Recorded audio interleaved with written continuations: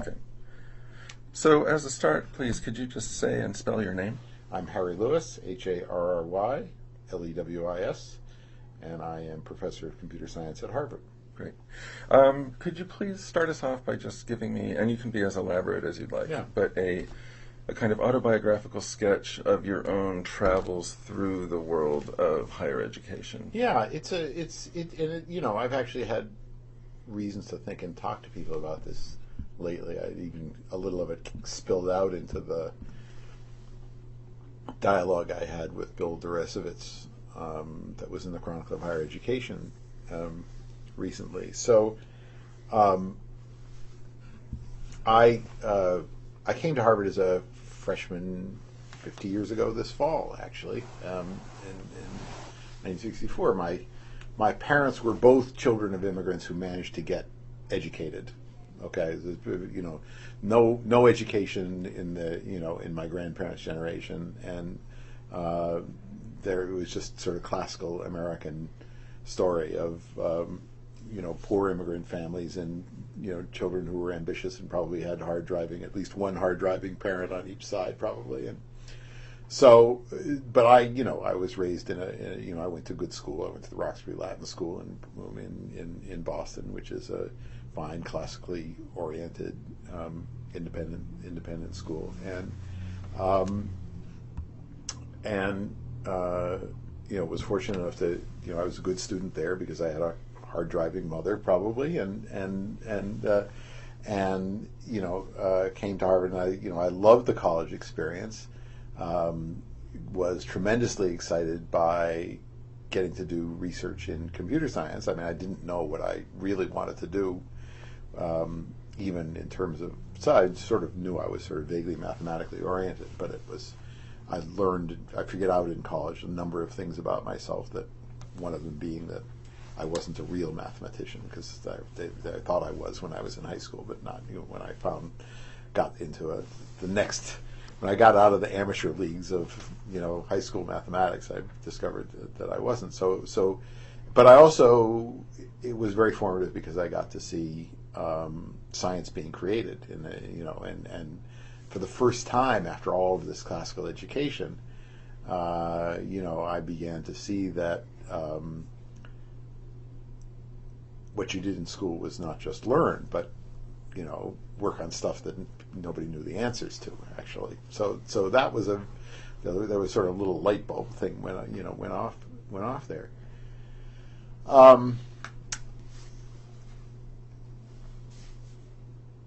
For various reasons having to do with my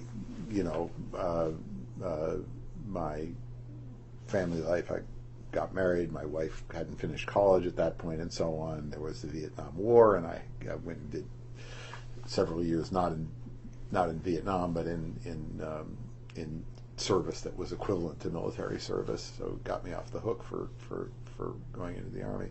I wound up back in Cambridge and starting my PhD, probably again without thinking about it too much. I enjoyed the computer science research, and it seemed like the next right thing to do, but I certainly had no intention of being a professor when I started on a PhD in computer science. Really, technically applied mathematics at that time, because there was no such thing as a computer science degree as such. And again, it was sort of accidental that I took the job. I had a number of industrial offers to go, but the Harvard job was open, and I thought, what could be better than that, being a Harvard professor? And I was bound again to the Boston area because my wife was in the middle of her PhD program by the time that happened. So we had these sort of interlocking timelines for a long time, and over the years I've been teaching, which is 40 years now. I've had I've always had this kind of dual existence. So I've had a very productive teaching career because I've had incredibly good students to work with, and I like teaching big courses, and I like teaching the subject as it's coming alive, and obviously there've been a lot of changes in computer science over the years, and so I've always enjoyed the teaching, but I've also gotten to be in love with the institution itself. The institution, Harvard as an institution, which of course has been so formative for me and my wife both, and then just the institution of higher education and what its significance is for American society. And that just, again, it's in part just because I've seen it change so many lives, which, in my maturity, I've recognized as exactly the way it changed the lives of my own parents, coming from, whose lives were, 1,000 times better than anything that their parents had, because they both managed to get not only college degrees, but then medical degrees after that. So working in a university has, in some sense, given me a sense of social satisfaction with my place in society, that I'm, doing something. And so that's sort of the lens through which, one of the lenses through which I think about the importance of the university as an agent of social progress, broadly construed. So that's sort of this. So then what happened? I became, for various reasons, the go-to guy to sit on all kinds of committees, and I was elected multiple times to our faculty governance, something called the Faculty Council, which is an elected group of faculty, sort of what other places might call a faculty senate, and various things. And anyway, after I'd done enough of the sort of administrative and committee work, I was made dean of the college. First, I was actually I was asked to review the whole structure of the administration of the college. That was in 1994, and I chaired a faculty committee that did an extensive review of where undergraduate education, including the residential and extracurricular part, had come and where it was going, and how the organization of the dean's office should change. And that's probably where I really got, for the first time, to read into the sort of deeper into the history of higher education. And we produced a report, and then I was asked to become dean. Essentially, if you're so smart, why don't you implement things that you say? So they made me dean of the college in 1995, which I did for 8 years. This is under Bach? Originally it was under Rudenstein and under Jeremy Knowles as dean of the Faculty of Arts and Sciences, and then Rudenstein was succeeded by Summers, so went into the Summers years, and different people will describe my relations with the Summers years, but anyway, I woke up one day in 2003 to learn that I was not going to be dean anymore, and my characterization of this is that the president decided he would prefer to have deans around him who would tell him he was right. So that wasn't the role I was willing to play, and so I went happily back to teaching, which is what I've been doing since then. And then I wrote this book, Excellence Without a Soul, as I say, partly just to put together a lot of stuff that I'd learned, which I thought provided interesting, context for changes that were happening in higher education, and also to sort of exercise some ghosts of my own experience. Great. So,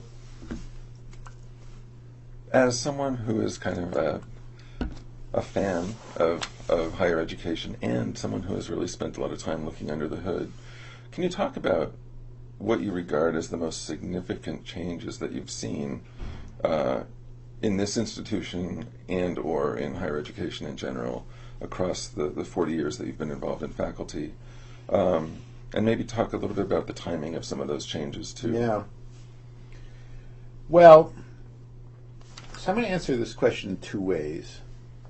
By the way, there's a guy you should talk to. Do you know Richard Hyland? You know who Richard Hyland is? No. So Richard Hyland is a law professor at Rutgers. He was a member of the Harvard class of '69, the great revolutionary class, and he was a lead revolutionary. And late in life, he went on. He's a very serious legal scholar in his particular area, but sort of late in life, he's regretted the fact that he never got an education at Harvard because he was always, carrying torches and stuff, and it really was barely present. I mean, he managed finally. They awarded him his degree, but it was a heavily interrupted life, and he's actually acquired a great fondness and respect for education. So he's trying to write up something, and exactly what it is changes every time I talk to him. But to reconstruct what the intellectual life of Harvard was in the '60s and how it's changed since then. So he's a really interesting guy to talk to if you want to set up another interview. Hyland. Okay.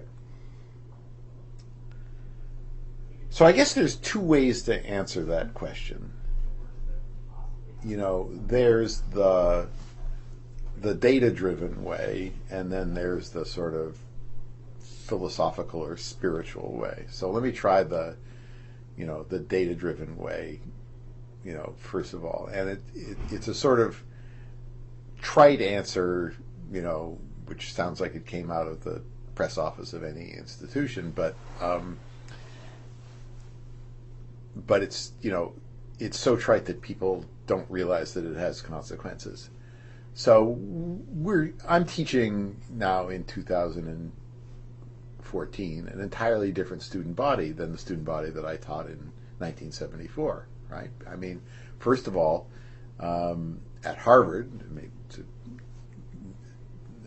somewhat peculiar to Harvard, the gender ratio has changed enormously, and that changes lots of things about the sociology of the classroom, the sociology of housing, the number of people who take road trips. Nobody takes road trips on weekends anymore because those were always, to some degree, mating exercises, when men all headed off to Western Massachusetts where all the women were, so there's all kinds of circumstances of student life that people don't recognize have been changed by simple things like that. And then, of course, more recently, the fact that we are teaching many more students who are, as we say, of more diverse backgrounds. But the point where it really matters to me in the classroom is not because I think ethnic diversity or anything like that is in itself changes the tenor of the classroom, but the fact that as a matter of policy, Harvard and practice, Harvard now really tries hard to find, bright, ambitious, promising students who have maxed out their schools, even when their schools are lousy. I used to go into when I was orienting faculty about the student body, back when I was dean, and things have changed a lot in the last decade since I stopped being dean. I used to say, you're going to have the privilege of teaching, the best students from the best schools in North America, and also the best students from some of the worst schools in North America, and that's a real challenge. And my sense is that a lot of my faculty colleagues haven't kind of woken up to the fact that if you grew up in a household where they don't read books, and you maxed out your school where they don't actually read poetry, right, or they don't have books, or they don't have books, or whatever, you can't make the same assumptions. I've actually talked or had reports from two humanities professors here who said diametrically opposite things about their teaching experience. One said, these students are they're so careerist, they're so oriented towards making money, they're not interested in books, and they're not interested in, I don't want to teach people who've never read a poem before.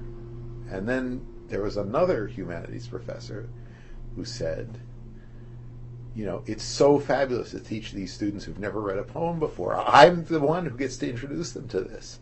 This is where I can have a real impact. Not the people who went to the fancy boarding schools are going to be okay. They I love working with them too, but I can't have the impact on them that I can have on.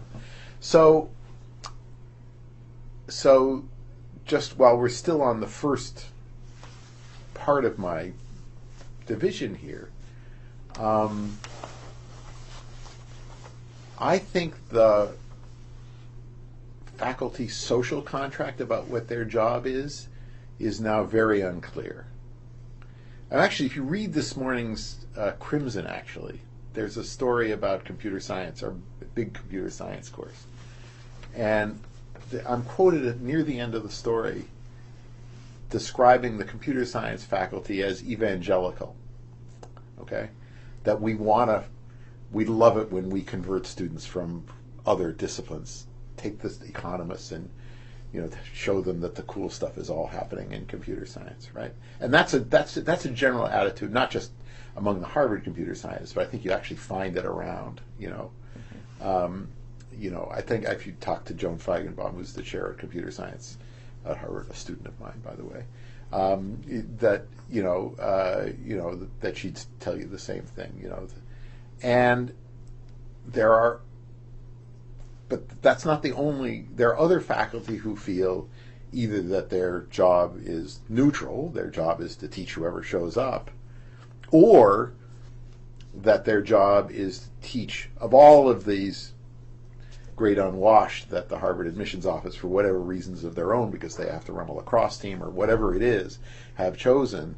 They want to teach just the ones that they want to teach. They want to do a second kind of admissions process and and choose those among them. So the social contract is very is something nobody really talks about. That is to say, what's your real job here? What's and why do you want to do it? And that it didn't used to be something we had to talk about when most of our students arrived at Harvard pretty well educated, but they don't anymore. There's enormous variance.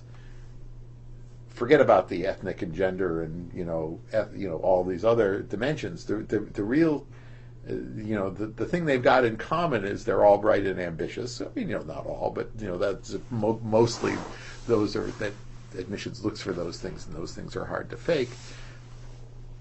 But but they're being drawn from very different geographical and socioeconomic circumstances, and because they're mostly American students, and because we are a federated republic here, where every damn school district decides for itself whether it's going to teach evolution or not, the background is very, very irregular, even among the best students. Mm-hmm. But this division that you're describing within the faculty, is there a generational dimension to that, or is it just a matter of kind of personal temperament? It's not merely generational. I'm reluctant to generalize on that. I'm reluctant to suggest that the old people are the problem and the young people aren't, because I think the older generation of faculty are. I think it's very complicated, because the question is, where does this come from, right? And the older generation of faculty includes a lot of, just to use a term, lefties who are totally on board with the education as social transformation agenda, and are quite, they would be in, some of them, they would quite happily be in the category of people who think it's fun to teach people who don't know anything or know relatively little. Others who have always been more graduate teachers and research scholars and so on, are less interested in teaching some of the people who don't have the background. In the younger generation, which you might have thought would be, and probably the data show are equally, politically progressive, but it's entirely made up of people who are under much more intense pressure for scholarly publication and raising research funding and doing all of these non-pedagogical things that have always been part of the professor's job, but the competition on the pressure on younger faculty is much worse than it ever was. And, that has been accompanied by, and maybe has caused to some degree, a disintegration of interdepartmental faculty culture. So in 2 or 3 decades ago, I would go over to the faculty club after work, and there was a bar downstairs with peanuts and beer, and I would sit down with my friends in the classics department and in the university administration, and we would have a couple of drinks before I went home at night. And they've closed down the bar. Just nobody would go. Everybody's got too much email to answer. Too much email to answer. Too many grant proposals to write. Got to pick the kids up from daycare. Which is much more a shared responsibility. It was easier, when only one parent had all of those duties. I'm not saying, this is a lot of these things, as I say, they're problems that are created by our successes in other areas. But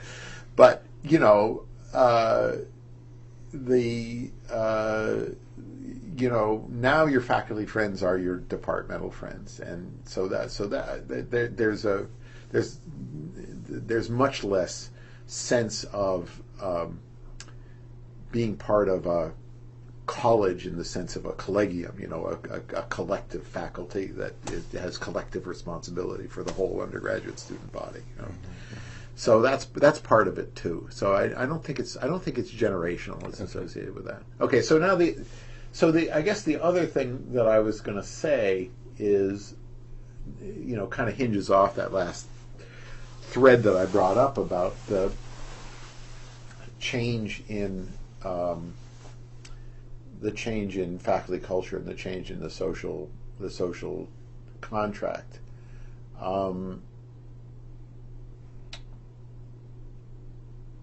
I think the university has become much more bureaucratized and rule-driven. And there are lots of good reasons for that happening, but it's had some noxious consequences. So the good reasons for that happening are a couple. I mean, one is we just had to, because we get so much, the federal regulatory apparatus is much more,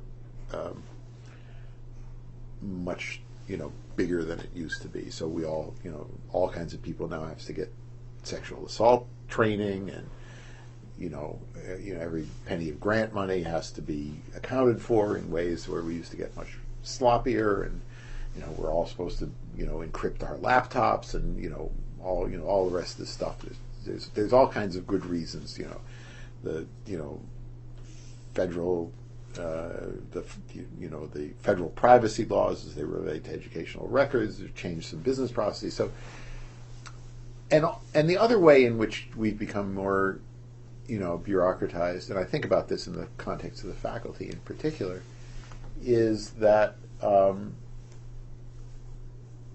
standards for faculty hiring and promotion are much clearer and are meant to be much more objective than they used to be, which I should be interested to see somebody.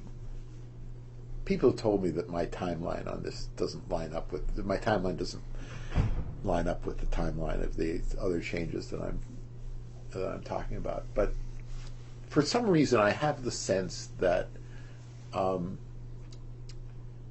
when we became conscious of our own nepotism and inbreeding and the way we used our subjective judgments of faculty candidates to exclude women and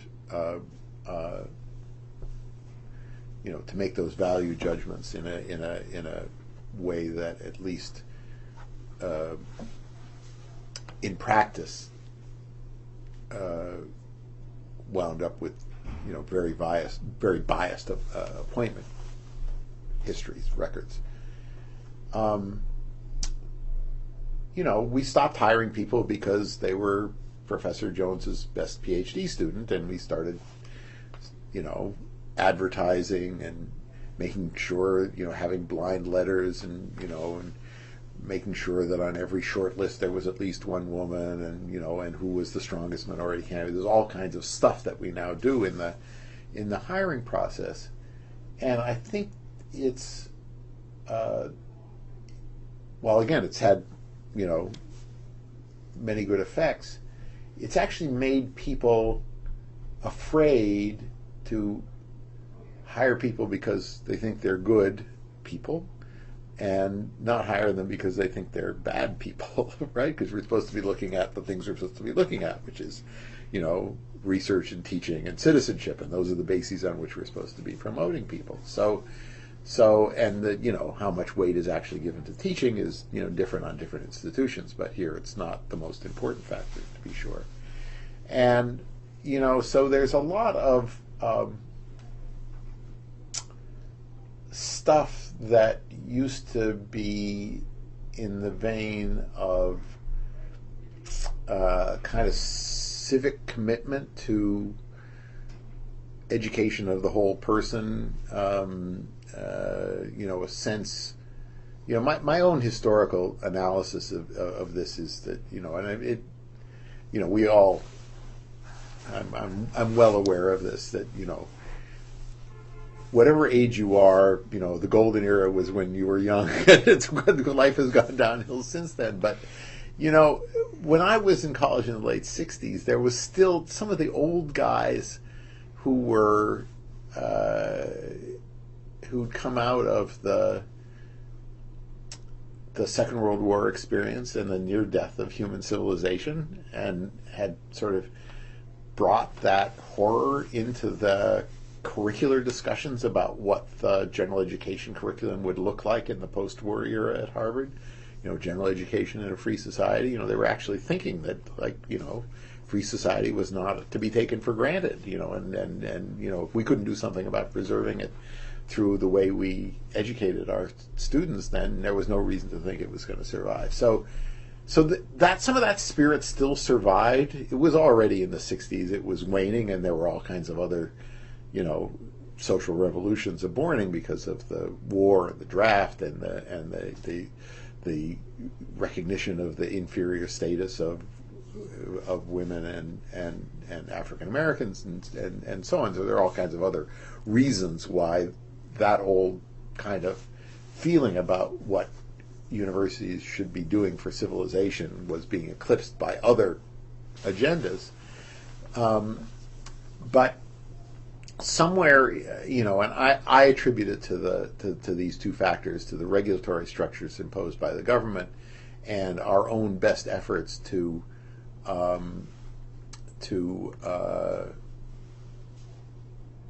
prevent ourselves from social biases of various kinds, have wind up kind of sterilizing a lot of the incentive and reward structure for faculty, where faculty are rewarded for publishing papers, for getting high student evaluations in their teaching, and they know they're going to get marked down if they don't do anything administratively. So it's not like nobody tries to be a good committee member or something like that. But and then and a lot of other things that we used to value in our most valued colleagues, we still value in our most valued colleagues, don't turn up in the criteria on which they're going to be promoted, or in the criteria on which that we're supposed to be applying when we hire them. So I think I have a feeling that the incentive and reward structure for faculty has become, as I say, sort of morally and civically sterile, and that's part of the source of some of the sense of aimlessness that I think students experience. Students inherit the same thing. Their job is to do good physics in their physics course, and take one of each kind of general education course. Our general education program now is essentially some kind of distribution requirement. It's not, and there's no, you can find some language where people try to wrap some philosophy around some philosophy around it, but it's just a philosophy of that liberal education is education is learning for learning's sake, which it actually isn't. Liberal education is actually, the liberal in liberal education is, it's the learning that free people are supposed to have. That's where the liberal, it's that in Roman times, the liberal arts were the things that you were supposed to have if you were a Roman citizen, as opposed to whatever the slaves needed to know, right? Those were the writing, speaking, and all the rest of that, arithmetic, and and so on. So the notion that the reason why you have in the American system, in places like Harvard, a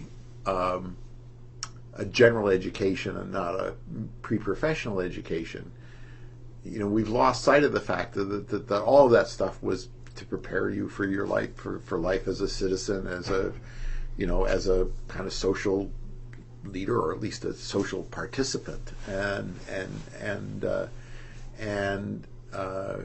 it's just been reduced to this this sort of checkbox formula that you're going to be liberally educated if you've taken at least one course in each of the following 8 areas, but right. no real tissue holding them together. So you're describing a series of kind of tears in the social fabric, tears within the university, maybe tears between the university and the larger society. And so I guess a couple of things. First of all, just to kind of flesh out your ideas here, are there any other things you want to put on the table as part of this general phenomenon that you've described as kind of soulless excellence in the university system? Are there other pieces to this that need to be brought up? Well, so again, I shouldn't have a conversation like this without mentioning money. And money's important in 2 ways. It's important because it costs a lot of money to go to college now, and there's so much in the air about the impact that student debt is having on the American educational system. It's not a huge issue for me sitting in my privileged position here in O2138, because we have such good financial aid that effectively none of our students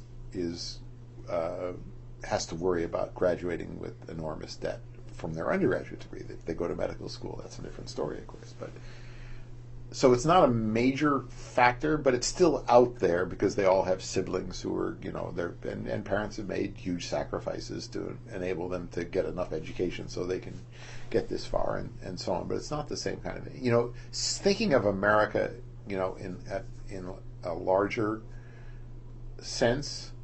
I'm a little puzzled, frankly.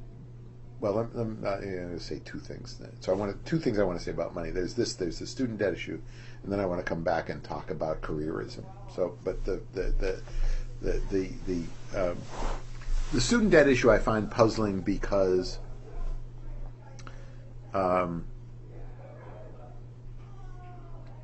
the average student debt with which an American student graduates is 2 years of the delta between the average salary they would have had without a college degree and the average salary they get with a college degree, right? So assuming you can somehow figure out how to get there, you're going to graduate with $30,000 or something like that in debt on average. And the difference in starting salary between someone with a college degree and without a college degree is $15,000, right? So you get it, you make it all back in 2 years. So I'm actually a little puzzled that this is a problem, except that I think there are probably a lot of people who are persuading people to take on lots more debt than they should, and so there's a whole thing that's broken there, and there's a thing that's broken in the support of the states for their state university system. So this is not something, again, that touches me directly. In a competitive sense, it only works to our favor because now it's cheaper for some lower middle class student from Michigan to go to Harvard than to go to the University of Michigan. So we're getting even better students than we would otherwise get because we're cheaper than the state, than the university. I say the University of Michigan because that's where my mother went.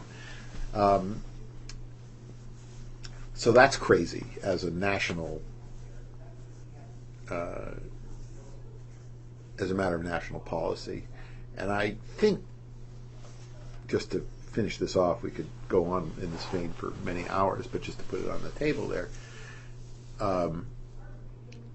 as you said, there's a tear there are tears not just within the institution, but between the institutions of higher education and society that surrounds them. And I think, we're partly to blame because given our own aimlessness,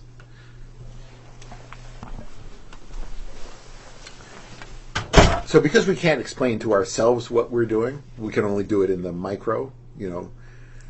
We're doing teaching and research in computer science. You're doing teaching and research in history, but what is the institution as a whole doing for the student as a whole? Because we have no vocabulary anymore to explain that.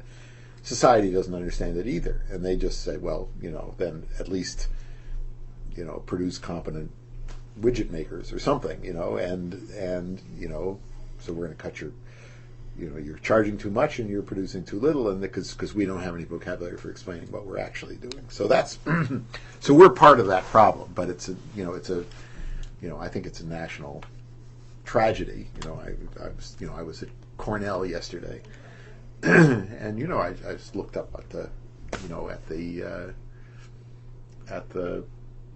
seal, founded 1865. Founded 1865 in part as a byproduct of the Morrill Land Grant Act of 1863, where this country, in the middle of the goddamn Civil War, when they had a million other more important things to think about, started pumping huge amounts of resources into building up universities in every state, and here we are in a time of, all things considered, relative prosperity, and this is the time we decided it's time to cut the, we don't need more educated citizens. So that all is okay. So that's all one side of it. Then, so the other side of the money equation has to do with the alleged materialism of our student body, right? There's you hear a lot of this kind of discussion that the students are not, they're not intellectually motivated. They just want to get jobs. They just want to make lots of money. They arrive, and so again, to the extent this is true, and I don't know any, controlled studies that totally persuade me about it, but it's, as I've said, a byproduct of two things. One, a bad consequence of something very positive, and two, our own lack of evangelism about what education is really for. So the good thing that it's a consequence of is that we now have lots of students who have no money, and his parents didn't have any money, and and if we don't tell them anything else, they've grown up thinking that doctors, lawyers, engineers, bankers, maybe, probably not, are and they got, three sisters who are, don't go to places like Harvard and having to borrow lots of money, and parents are in debt and all the rest of that stuff. It's not terribly surprising that more students now than when most of our students were relatively well off think about making money as one of the things that college is going to enable them to do. This is not rocket science, right? There is a reason why people come in oriented this way, and it's not, because somehow Harvard has gone out and found the most self-centered, materialistic people they could find. They found a lot of the poorest people they could So find. it's a byproduct of our own idealism. Absolutely. But then we've got an educational responsibility to, make sure that people don't wake up as miserable 35-year-old lawyers, the way many of the lawyers I know who've graduated from Harvard and gone on to law school do, saying, I hate this. I'm just writing derivatives contracts 24 hours a day and not getting any sleep and never seeing my kids, and why am I doing this, right? So that's an educational a kind of holistic educational role that we have, which is hard to undertake in an institution where the incentive and reward structure for faculty is based on teaching and research, and to some degree on national reputation, and which is so that's a whole thing where we play to our peers. The most important thing for my career as a computer science professor has absolutely nothing to do with what my colleagues in the classics department think of me. It has to do with what my computer science colleagues at Cornell think of me, right? So of course we're going to respond to the incentives that are out there, and I wish the leadership of the university of universities, not just this one, would find ways to articulate and make somehow real these other educational responsibilities. It would be wrong to have an interview about higher education without talking about money somewhere. So that would be the other one. So you started to get us into this realm, but let's talk about it more elaborately. So in policy terms, both kind of within the university, as you began to talk about, but maybe as a society at large, maybe in the broader realms of governance and kind of civic discourse in general. In policy terms, what are the sites of intervention to be made, and what are the specific interventions that could have a kind of meaningful leverage on changing these things that you're describing? Yeah, so I actually think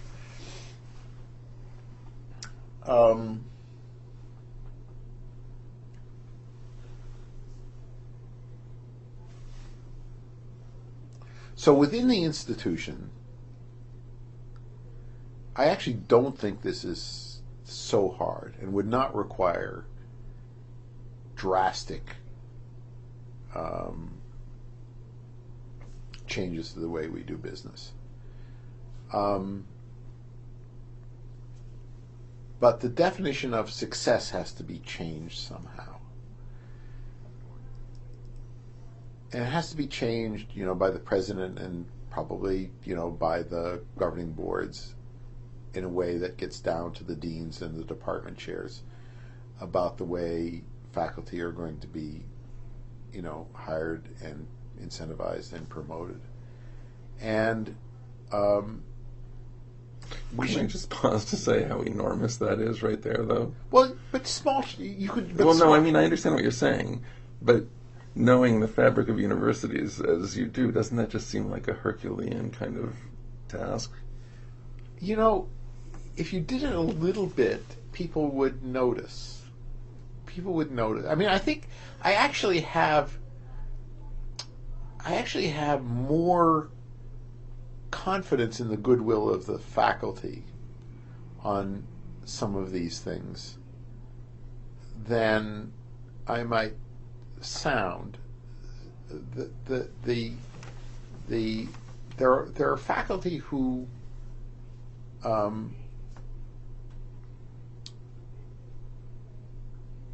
really care about some of these moral civic roles, but feel kind of lonely, like nobody's going to notice, and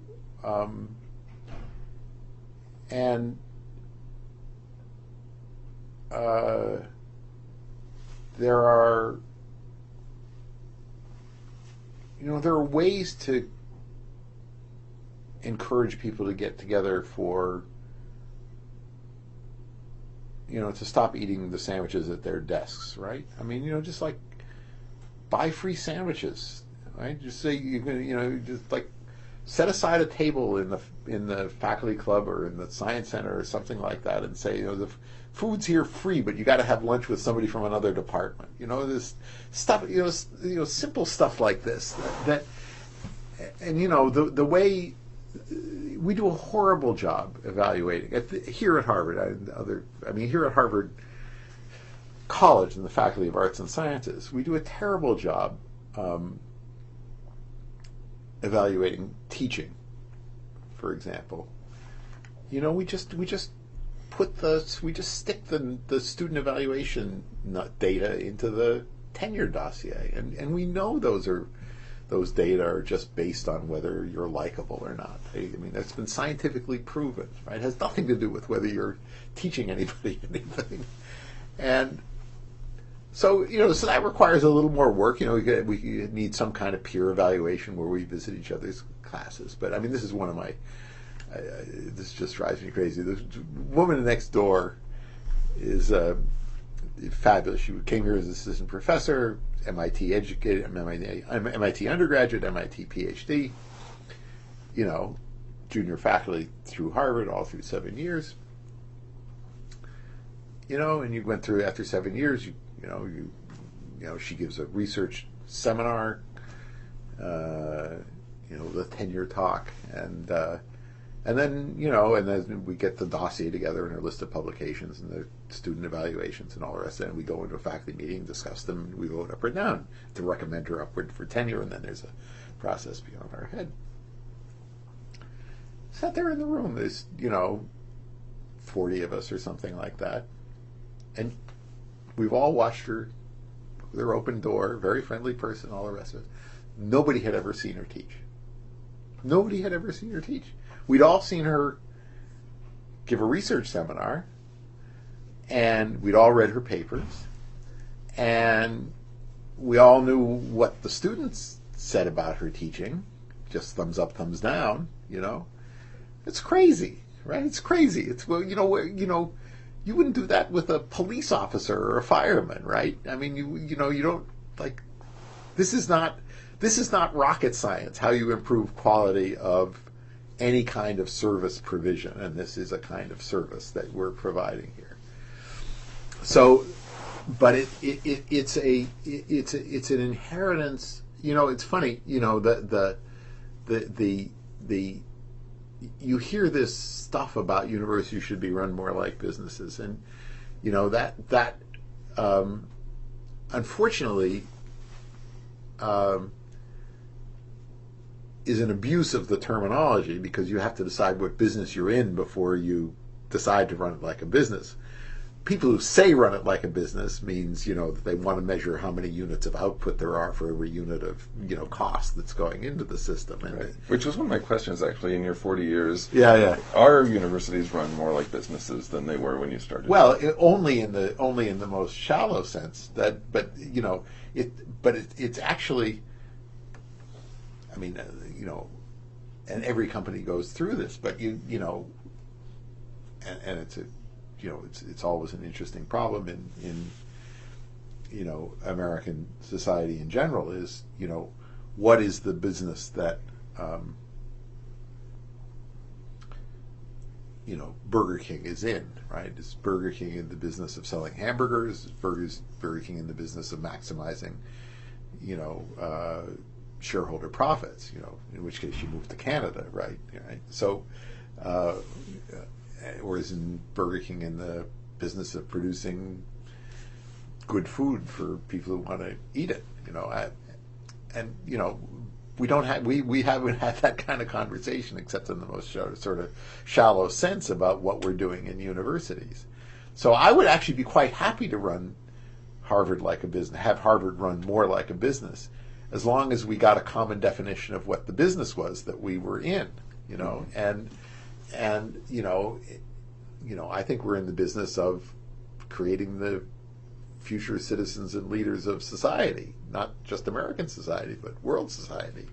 And we've actually done a pretty good job at that over the past, 300 and something years. But it's now gotten, atomized and chopped into such little non-communicating pieces that we're doing. Well, this is where you can see where the title of my book came up. We're producing actually excellent results, if you define the objective function correctly. How many what's the average board scores on the people who take graduate record exam? I don't know what's our admissions record, people applying to law schools and medical schools. There's all kinds of, how many members of Congress have Harvard degrees? We're succeeding fabulously on all of these, but I don't know that we're doing a very good job getting people ready to take over responsibility for preserving civilization. Mm-hmm. Mm-hmm. So in addition to the kinds of reorganizing within universities about kind of thinking about merit, thinking about the metrics of success, thinking about rewards and incentives for faculty, and kind of really changing the culture in that way. What are some of the other interventions, either inside the university or at other levels? Well, so again, on the national level, which is really, frankly, a much more important issue than what's going to happen to Harvard. Harvard, Yale, and Princeton, they're going to be fine. We almost went broke, and we got to all raise more money. But basically, we're in a competition against each other to stay. Who's going to be on the very top of this quite lofty pyramid. In any reasonable national sense, the problems in higher education are the problems in the state university systems.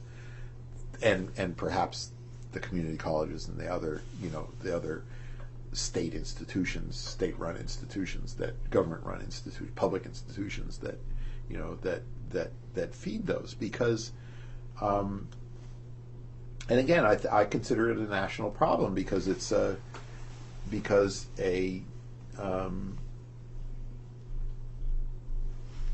you can't run a democracy with a ignorant, illiterate, uneducated citizenry, and we like to think that we're so much more sophisticated than people were 150 years ago, but we're not. I was looking back at the Lincoln Douglas debates, which drew huge audiences. And neither of them spoke in sound bites. There were 7 of them. They alternated who started.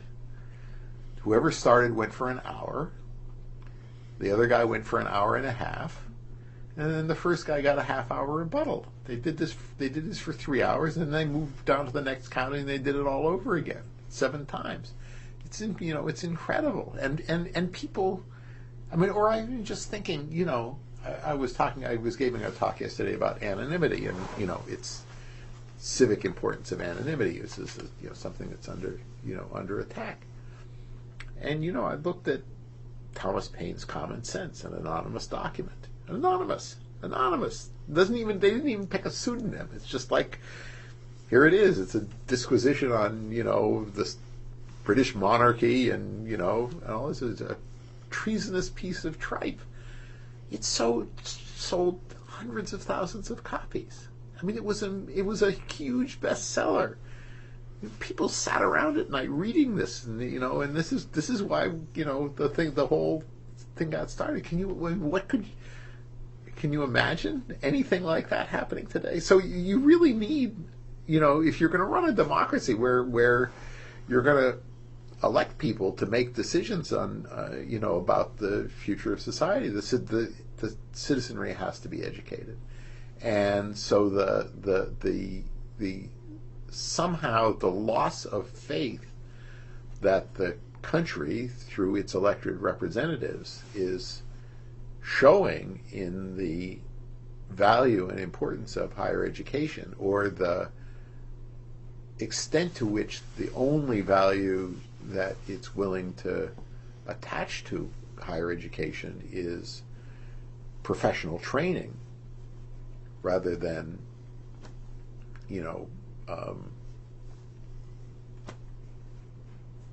civic virtue or civic engagement or something like that, is, I think, a serious problem for the country. And that, and the debt and all the rest of that is wrapped up with it, but so that's a much more serious problem than the question of whether Harvard's incentive and reward structure for its faculty is wrong. I guess it's I just want to keep things in perspective, given with all due pride in this institution. I also know that it's not where the real large problems are ever going to be solved. Well, we're just about out of time, but is there any parting comment that you want to offer? Is there anything that we haven't discussed that we should have? No, you've gotten me exhausted, actually. Well, I'm also exhausted because I had to drive back and forth to Cornell in 2 days. Worth the Cornell in 2 days. Worth the Cornell in 2 days. Worth the Cornell in 2 days. Worth the Cornell in 2 days. Worth the Cornell in 2 days. Worth the Cornell.